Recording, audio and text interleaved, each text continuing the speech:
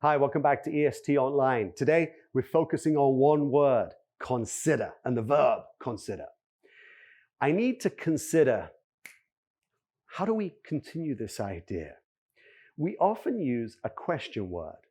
I need to consider where the best place will be for the new office.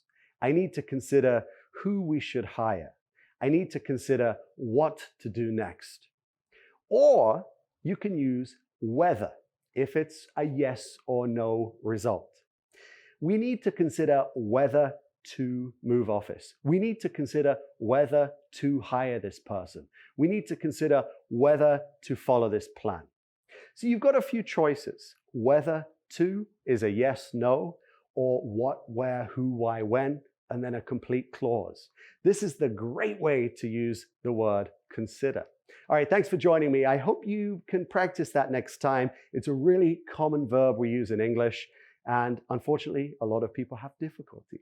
Hopefully, you won't next time. See you then. Bye-bye.